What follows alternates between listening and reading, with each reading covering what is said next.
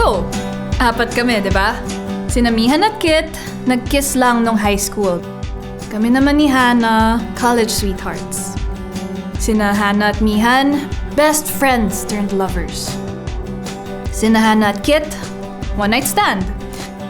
At kami naman ni Mihan, situationship lang.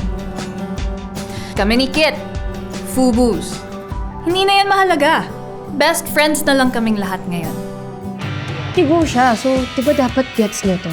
Baka kaya gusto ko ng stable romantic relationship. Kasi gusto ko ng katuwang sa buhay. Partner, maaasahan. You know, I still have my fears and doubts about what I'm doing.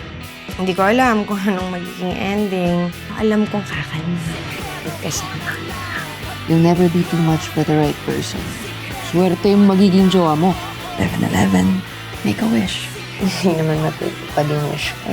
Tangina, magkakaibigan tayo. Hindi na ba kayo natuto? Di ba hindi na dapat natin tinatuloy isa't isa?